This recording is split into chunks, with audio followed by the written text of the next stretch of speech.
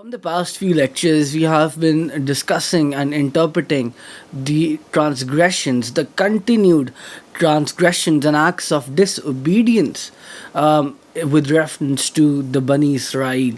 And today we further refer to the same aspect, and in that regards, we highlight and discuss verses 80, 81, 82, and 83 of Surah Al-Baqarah. So Allah Tabarak wa Ta'ala states in the Holy Quran, وَقَالُوا لَن تَمَسَّنَا النَّارُ إِلَّا أَيَّامًا مَعْدُودًا قُلْ أَتَّخَذْتُمْ عِنْدَ اللَّهِ عَهْدًا فَلَنْ يُخْلِفَ اللَّهُ عَهْدَهُ أَمْ تَقُولُونَ عَلَى اللَّهِ مَا لَا تَعْلَمُونَ. And they said, the fire shall not touch us except for more than a few days. Say, have you taken a pledge from Allah and Allah will not go against His promise?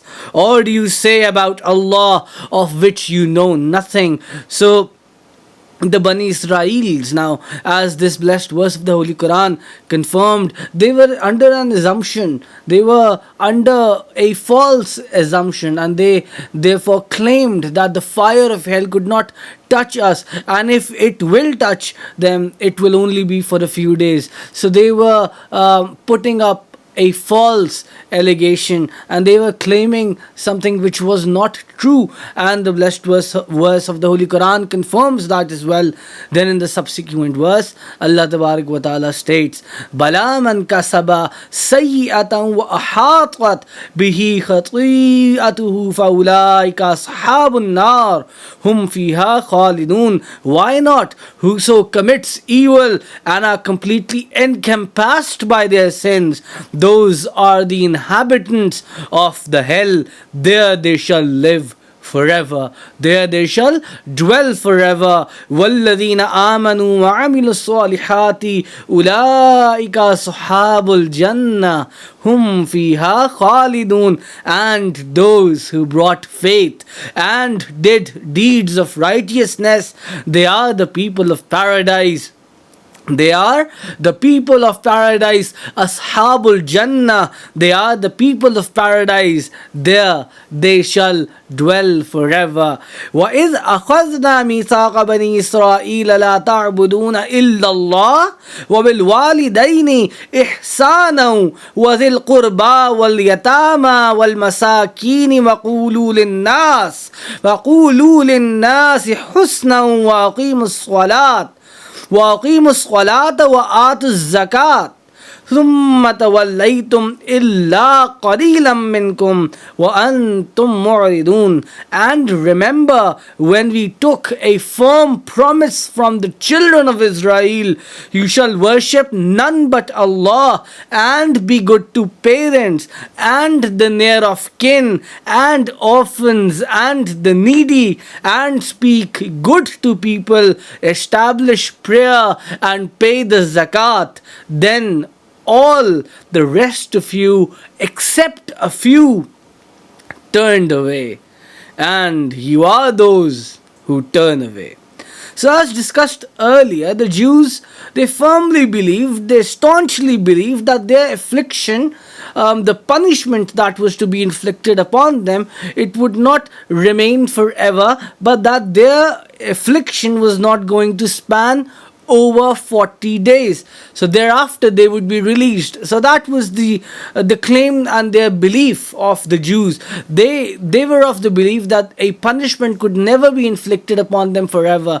Why? Because they thought that they were amongst the chosen ones. The Jews, they had this false assumption that their punishment, if a punishment would be inflicted upon them, it would not go beyond 40 days. So a Jew, an enemy of Hazrat Ibn Abbas radiallahu ta'ala anhu, he said that just to fulfill the swearing, Allah ta'ala put the Jews in hell, and the duration for the suffering of the Jews will be 40 days. The exact number of days we worshipped the calf. Now that is what the Jew was saying.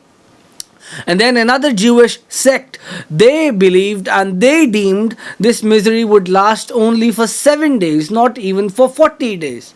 While another believed that it would last for 40 days, and after that span of time they shall be set free. So Allah Tabarak wa Ta'ala then immediately sent His divine word, His majestic word. Allah Tabarak wa Ta'ala said, and they said, the fire shall not touch except us for more than a few days. Say, have you taken a pledge from Allah? Have you taken a pledge from Allah? And Allah will not go against His promise? Or do you say about Allah, of which you know nothing?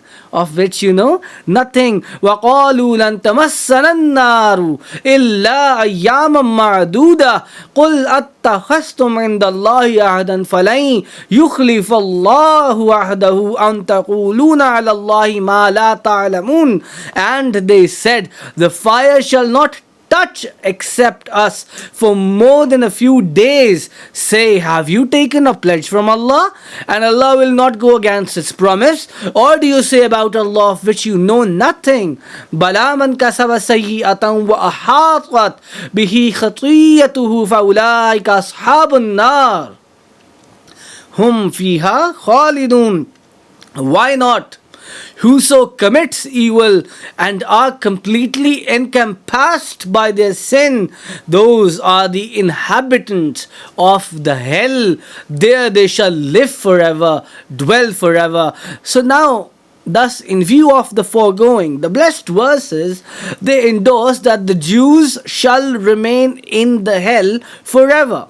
And on a similar account, some people have held the view that even the Muslims who have treaded onto the path of evil and then they subsequently died without truly repenting, some Muslims are of the view as well that such Muslims will also remain in the hell forever. However, as my Sayyidi Shaykh Muhammad Mohsin Munawwar Yusufi, my mentor, my father, my spiritual guide, my Shaykh, my Babajan, he states, and he's of the view, as a number of other scholars of the Islamic jurisprudence are, that this position is not right. This is not true. The Muslims shall not fill the abyss of the hell forever.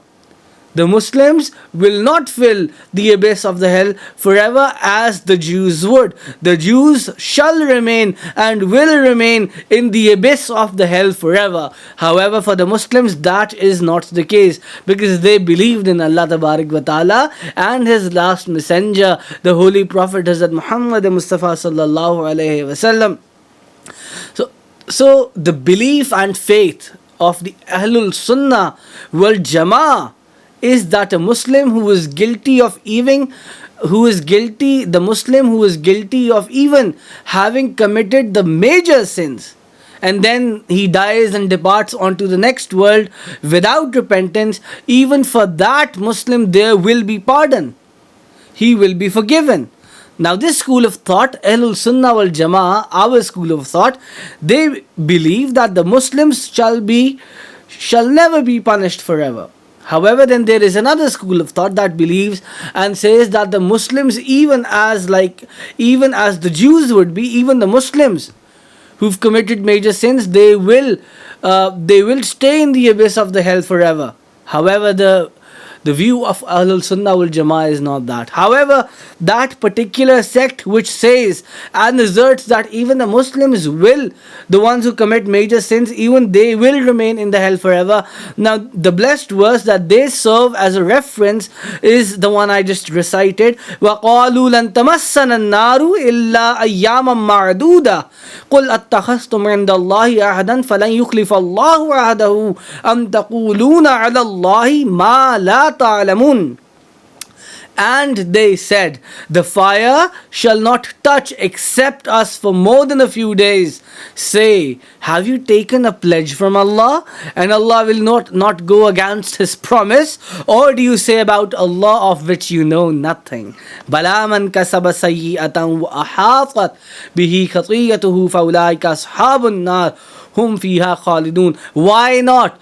whoso commits evil and are completely encompassed by their sins, those are the inhabitants of the hell. There they shall live forever. Now, this blessed verse of the Holy Quran, this is presented as a reference. This is served as a reference by that particular sect of Islam who maintains and puts forward the contention that Muslims will also, there will be certain Muslims who will have to live in the hell forever, and they will be the ones who commit major sins. However, the view of Ahlul Sunnah wal Jama'ah is that Muslims will not live in the abyss of the hell forever.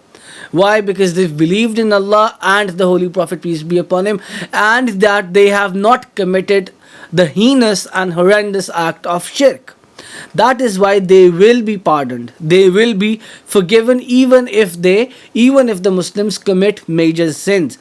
Now, in favor of the pardon from the hell for the Muslims, Ahlul Sunnah wal Jama'ah, they cite this blessed verse from Surah Nisa, wherein Allah Tabarak wa Ta'ala states, undoubtedly, Allah forgives not that infidelity be done with him, and whatever is less than infidelity forgives whomsoever he pleases, and whoso associates partners with Allah has forged a great sin. So the major sins are slighter than shirk. They are not equal to the commission of shirk, which is the heinous of all, which is the severest of sins that a person can commit. So the major sins, even the major sins, they are slighter and lesser than the commission of shirk. So awarding pardon to a person who committed all sins, including major sins, except shirk, remains to be strictly on the discretion of Allah Ta'ala whether to forgive him or to condemn him. Ultimately, it's the discretion of Allah Tabarak wa Ta'ala. Therefore, my Sayyidi Shaykh Muhammad Mohsin Munawwar Yusufi states, we should always seek the mercy of Allah Tabarak wa Ta'ala instead of the justice of Allah Tabarak wa Ta'ala. We should seek His mercy, His endless oceans of mercy. Allah Tabarak wa Ta'ala states, وَالَّذِينَ آمَنُوا وَعَمِلُوا الصَّالِحَاتِ أُولَٰئِكَ أَصْحَابُ الْجَنَّةِ هُمْ فِيهَا خَالِدُونَ. And those who brought faith and did the deeds of righteousness, they are the people of paradise. They are the people of paradise. Ashabul Jannah. There they will live forever. There they shall dwell forever. So now this is another blessed verse of the Holy Quran, which Ahlul Sunnah wal Jama'ah, the scholars of Ahlul Sunnah wal Jama'ah, they serve as an evidence and reference to the fact that Allah Tabarak wa Ta'ala will pardon and forgive the Muslims. Allah Tabarak wa Ta'ala will forgive the Muslims. Why? Because they brought faith. The ones who do not commit shirk, that is the only exception. So Allah Tabarak wa Ta'ala will forgive them, the Muslims. So the people of paradise, Jannah, they are the ones who believed in Allah Tabarak wa Ta'ala and His beloved Prophet, peace be upon him, as the last Prophet of Allah Tabarak wa Ta'ala, and they are the people of paradise. These are the people of paradise, Jannah, who believed and who brought faith in Allah Tabarak wa Ta'ala and His last messenger, peace be upon him, and then they acted in accordance to the teachings of the Holy Quran and the Holy Sunnah, and they engaged in the performance of righteous deeds, in the performance of good deeds. So the principles of redemption and forgiveness are being laid down in these blessed verses of the Holy Quran. Salvation does not rest on lineage. That is what the people of Bani Israel were to believe. They were of the view that they shall find salvation. They will be forgiven. They will be pardoned. Why? Because their forefathers were the ones who brought faith. However, these blessed verses of the Holy Quran, they confirms to us that salvation will be for the one who brought faith and committed righteous deeds, engaged in the commission of righteous deeds. So from this, the scholars of Islam and exegetes have concluded and derived from this that the principles of redemption and forgiveness are being laid down in these blessed verses of the Holy Quran, and salvation does not rest on lineage, relation, or a nation. This is the clear and lucid, transparent verdict of the divine word of Allah Tabarak wa Ta'ala, the Holy Quran. And it comes with the good deeds. Salvation comes with the good deeds, pious actions and practices, righteous deeds and bringing faith in Allah Tabarak wa Ta'ala and in His last messenger, peace be upon him, and acting in accordance to the divine teachings of the Holy Quran and the Holy Sunnah. So, وَالَّذِينَ آمَنُوا وَعَمِلُوا الصَّالِحَاتِ أُولَٰئِكَ أَصْحَابُ الْجَنَّةِ hum fiha khalidun. And those who brought faith and did the deeds of righteousness, they are the people of paradise. There they shall live forever. There they will live forever. There they will dwell forever. So association or connection with a nation or a lineage guarantees no salvation, guarantees no forgiveness, guarantees no pardon, but the performance of the righteous deeds after becoming a believer does guarantee, as the blessed verse of the Holy Quran confirms the same. Irrespective of their sins, the Jews took false pride on their lineage, and thus they believed that their affliction, punishment, it shall not last 20 of the days. They were hindsighted. They were hindsighted, they were short-sighted. Superiority and salvation before Islam rested with the color of skin or lineage. That was their view.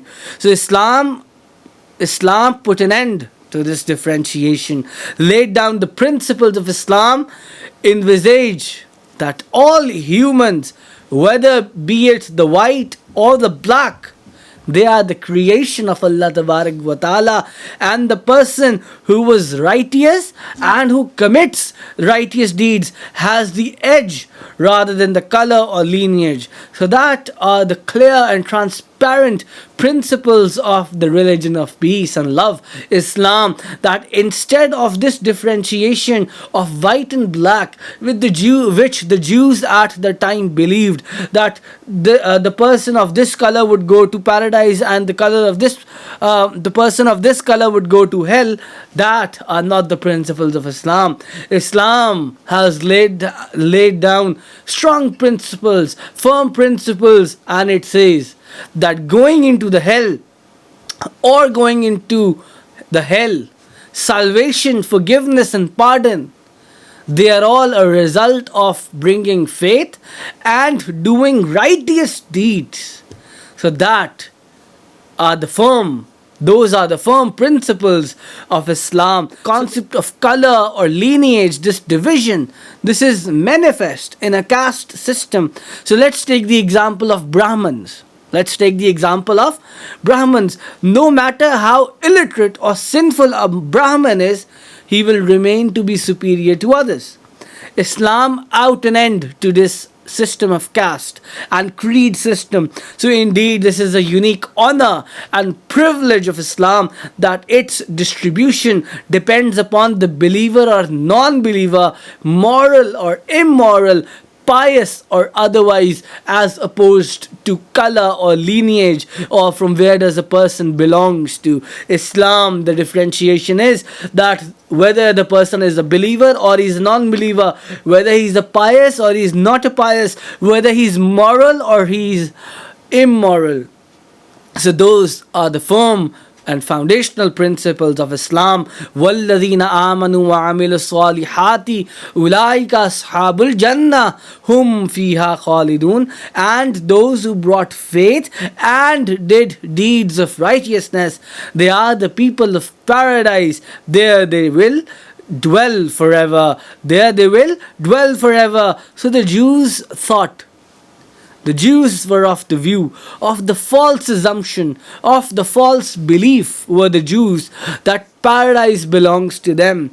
Why? Because of their lineage, because of the nation that they belonged to, because they were the Bani Israelis. So the Jews thought that the paradise would always belong to them. Paradise belonged to them. That was the view of the Jews. However, more than the Jews, nobody else disobeyed Allah Tabarak wa Ta'ala. They were engaged in continued transgression towards Allah Tabarak wa Ta'ala, in continued disobedience towards Allah Tabarak wa Ta'ala. In spite of their continued transgressions and acts of disobedience, they still believed, the Jews, that paradise belonged to them. Strange were their assumptions. Strange were their false assumptions and false claims that they shall stay in hell for only a short period. Even if they were to stay in the hell, either it would be for 7 days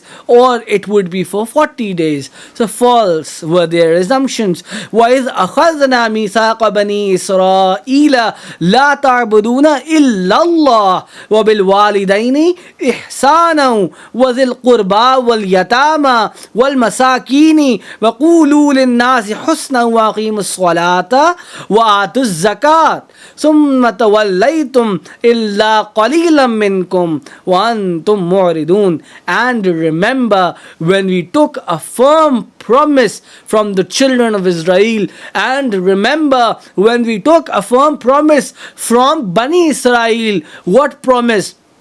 You shall worship none but Allah, and be good to parents and the near of kin and the orphans and the needy, and speak good to people, establish prayer and pay the zakat.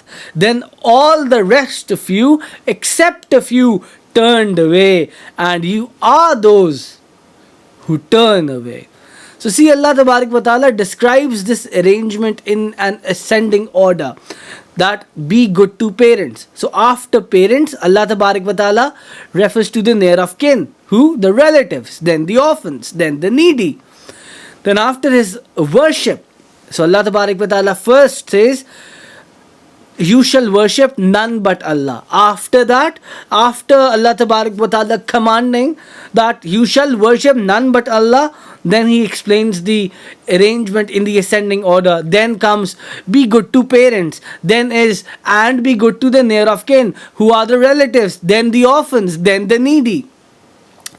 So Allah Tabarak wa Ta'ala has engaged and explained this arrangement in an ascending order. That first and foremost is the worship to Allah Tabarak wa Ta'ala, then be good to parents, then the relatives, then the orphans, then the needy. So as discussed earlier, Allah Tabarak wa Ta'ala has categorically mentioned the wrongdoings and the disobedience of Bani Israel, and that they fell a prey to their own deeds. Bani Israel, they were engaged in continued transgressions and acts of disobedience. Every time the Bani Israel committed to be monotheists, they served their parents and relatives and neighbors, orphans and the needy people. They promised to establish prayer and pay charity, zakat. However, every time, all but a few, the Jews, they chew their words and they retracted. They committed, but then they retracted. They promised. They took a firm promise with Allah, but then they retracted. They transgressed. They acted in disobedience. And the divine word of Allah Tabarak wa Ta'ala in the form of the Holy Quran records the fact. So establishment of the prayer and the paying of zakat, charity, has remained the same in the Sharia of every exalted prophet. So they were expected to offer prayers and pay charity. So in this blessed verse of the Holy Quran, Allah Tabarak wa Ta'ala also directs a person who does good and who engages in righteous deeds to be good to, directs a person to be good with parents. Allah Ta'ala pays and pins high importance and significance to it. Then after his own worship, Allah Tabarak wa Ta'ala then refers to the service to parents, be good to parents. Then the relatives, after the relatives, Allah Tabarak wa Ta'ala says to be good to the orphans, to the needy, and that people, to the needy people, and that follows the two major commands. So Sayyidi Shaykh Muhammad Mohsin Munawwar Yusufi, he states that allegiance and respect and being kind to parents is of utmost significance. and that has been recorded in a number of ahadith as well.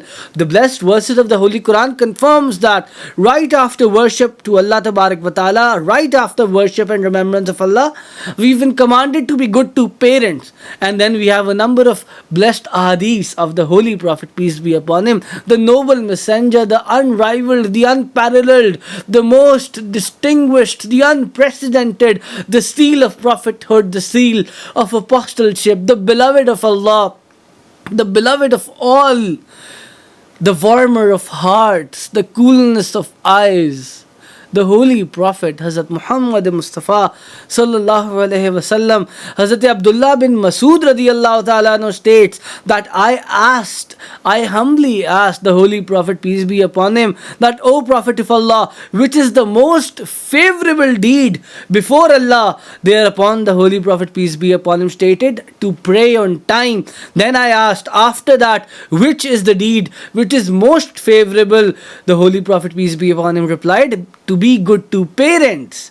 That is the most favorable, meaning thereby service and allegiance and being good and kind to parents is his favorite prayer, next to his favorite act, next to worship. Likewise, Hazrat Abdullah bin Amr bin As, may Allah be pleased with him, narrates that a person came to the blessed court of the Holy Prophet, peace be upon him, and requested permission from him to go to jihad. The Holy Prophet, peace be upon him, inquired if his parents were alive. He replied in the affirmative. Thereupon the Holy Prophet, peace be upon him, stated and decreed, service to your parents is your jihad. Service to your parents is your jihad. So now mark the paramount importance spent to the service to parents in Islam. Now in another blessed hadith of the Holy Prophet, peace be upon him, Hazrat Jaima narrates that I arrived at the blessed court of the Holy Prophet, peace be upon him, and humbly said, I intend to take part in jihad. Therefore, I came here for your holy guideline. The Holy Prophet, peace be upon him, asked if his mother was alive. He affirmed and replied in the affirmative. The Holy Prophet, peace be upon him, thus ordered, directed and instructed, stay with her. Stay with your mother, stay with her and keep serving her, because your paradise lies under her feet, thereby confirming that paradise lies under the feet of a mother. Paradise lies under the feet of a mother. Similarly, on a similar account, Hazrat Anas, a beloved companion of the Holy Prophet, peace be upon him, he reports that a man once arrived in the blessed court of the Holy Prophet, peace be upon him, and he states that, and he humbly inquired, that person who came to the Holy Prophet, peace be upon him, he humbly inquired and requested to the Holy Prophet, peace be upon him, that, O beloved of Allah, I wish to take part in jihad. I desire to take part in jihad, in the holy and sacred war. The Holy Prophet, peace be upon him, asked him if any one from his parents was alive. He told that his mother was alive. The Holy Prophet, peace be upon him, then again instructed, try to be good with her, because when you do it, you will be amongst those who perform Hajj, Umrah, and engage in jihad. So what will you do in jihad after leaving your mother? The Holy Prophet, peace be upon him, said this: what will you do in jihad after leaving your mother? You should take care of your mother. When you attend to your mother, then in the court of Allah Tabarak wa Ta'ala, you are from amongst the people who perform Hajj, who perform Umrah, and who also engage in jihad, in the holy and sacred war. Likewise, Hazrat Ibn Umar, may Allah be pleased with him, narrates that he used to love his wife a lot. He used to love his wife very much, but his father, Hazrat Umar radiyallahu ta'ala anhu, he did not like her. He asked me, therefore his father asked him to divorce the wife, and he denied and said that I will not divorce her. Why? He loved her. Hazrat Umar Farooq radiyallahu ta'ala anhu, he brought up the matter in the court of the Holy Prophet, peace be upon him, and the Holy Prophet, peace be upon him, then directed, instructed, ordered and commanded Hazrat Ibn Umar radiyallahu ta'ala anhu, O Ibn Umar, do what your father has advised you to do without any delay, thereby again confirming the high rank of parents, the high rank of a mother and a father. Hazrat Anas radiallahu ta'ala anhu narrates that the Holy Prophet, peace be upon him, stated, the person who does good to his parents, for him there is a shady tree.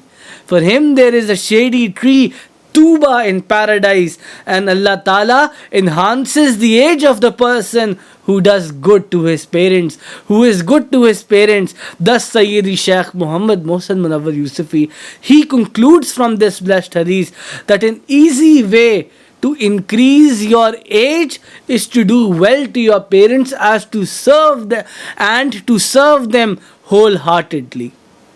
Hazrat Abu Huraira radiallahu ta'ala anhu, he also reports a similar account. He states that the Holy Prophet, peace be upon him, stated, may his nose soil and dust, may his nose soil and dust, may his nose soil and dust. We asked, whose nose, O beloved of Allah, do you say that it shall soil and dust?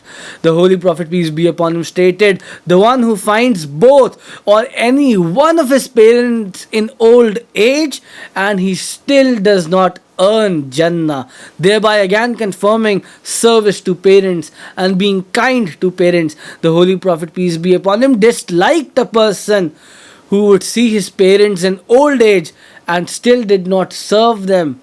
Such a person shall not see the realms of paradise. Hazrat Jabir bin Samra radiallahu ta'ala anhu narrates that the Holy Prophet, peace be upon him, stated while mounting onto the blessed pulpit, Mimbar Sharif, and he said, Ameen, Ameen, Ameen. Then the Holy Prophet, peace be upon him, he graciously explained to the blessed companions of the Holy Prophet, peace be upon him, to his blessed companions, that Jibraeel alayhi salam came to me and said, O Prophet of Allah, the one who finds both or any one of his parents and died without doing any good to them, may he enter hell and may Allah Ta'ala distance him from his mercy. Say Ameen. Thereupon the Holy Prophet, peace be upon him, he said Ameen. Hazrat Jibraeel alayhi salam then again said, cursed be he who finds the month of Ramadan and dies without forgiveness. May Allah Ta'ala distance that person from his mercy as well. Say Ameen. So the Holy Prophet, peace be upon him, he again said Ameen. Then Hazrat Jibraeel alayhi salam further humbly said, O Prophet of Allah, anybody who listens to your dignified name, who listens to your blessed name, your esteemed and honorable name,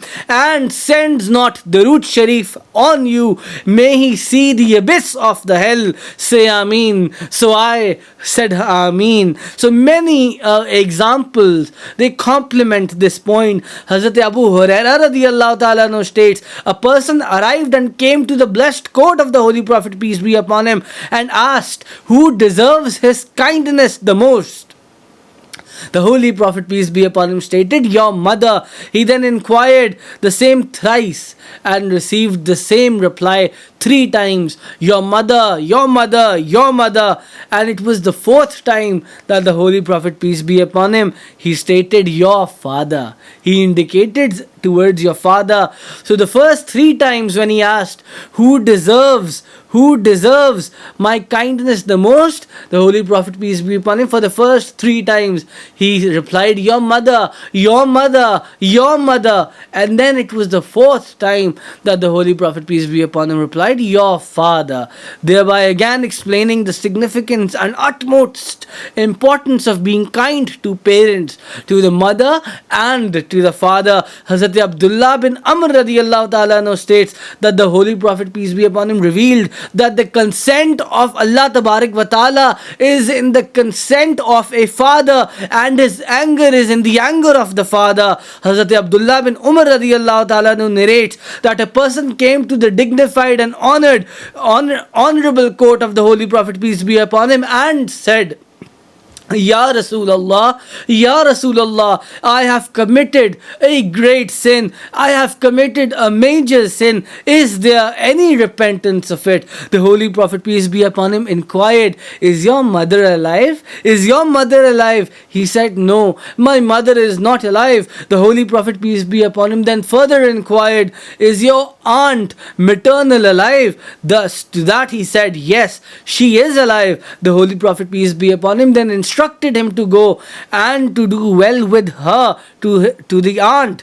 Thus, the implied meaning that the taking care of one's mother, being kind to a mother, can wipe out the monumental and the significant and major sins of a person.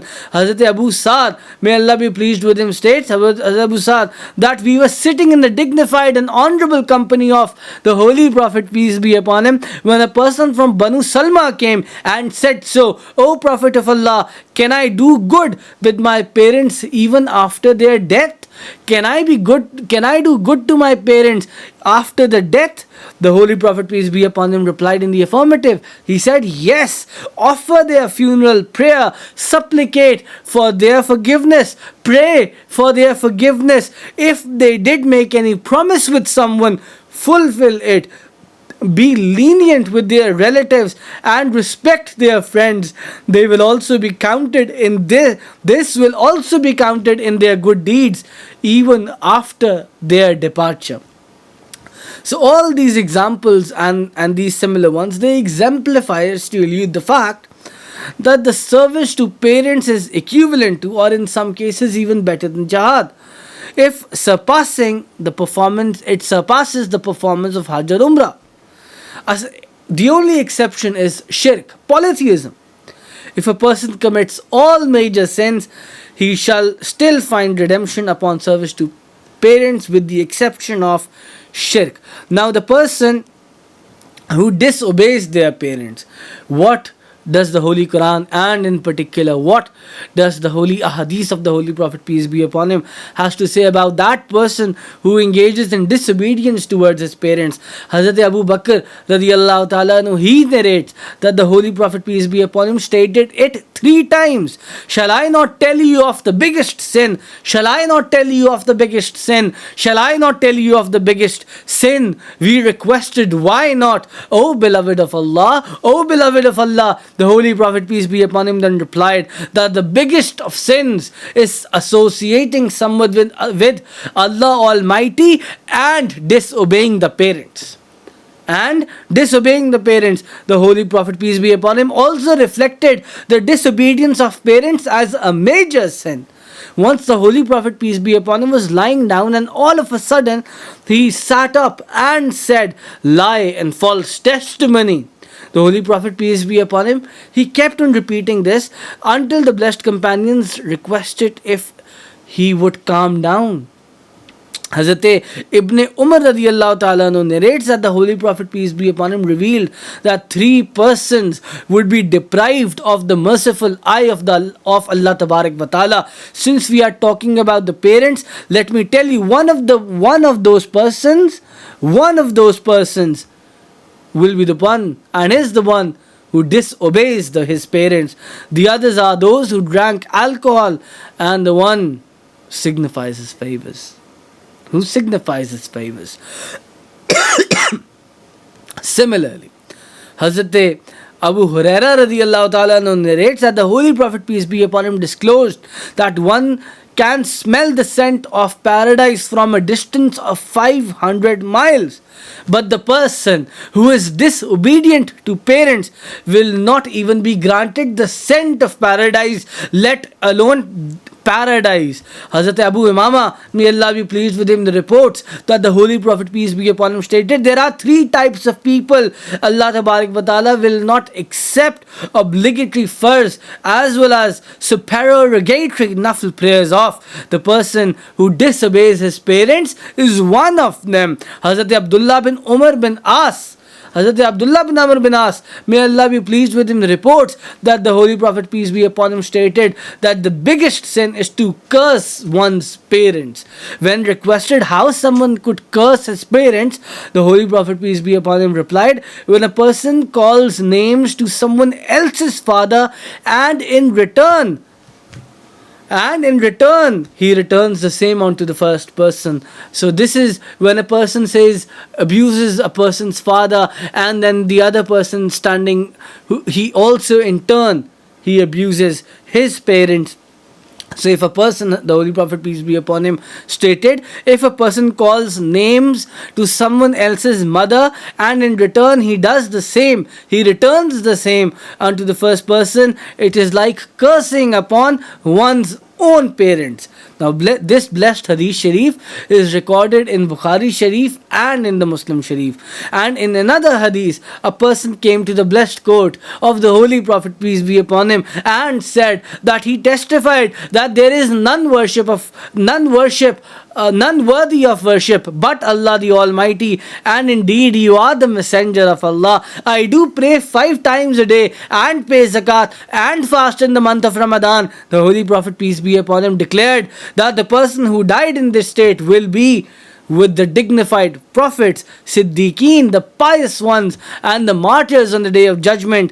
May Allah be pleased with them, provided that he is not disobedient to his parents. The Holy Prophet, peace be upon him, pronounced so by raising his 2 fingers. So the Holy Prophet, peace be upon him, pronounced that the Omniscient, the Magnificent, Allah Tabarak wa Ta'ala sends curses upon the people. Allah Tabarak wa Ta'ala sends curses upon the people from His exalted throne 7 times and thrice from each sky to the persons who act like the nation of Lut alayhi salam. Lut, and the ones who slaughter in any name other than the Lord Almighty, and the one who disobeys his parents.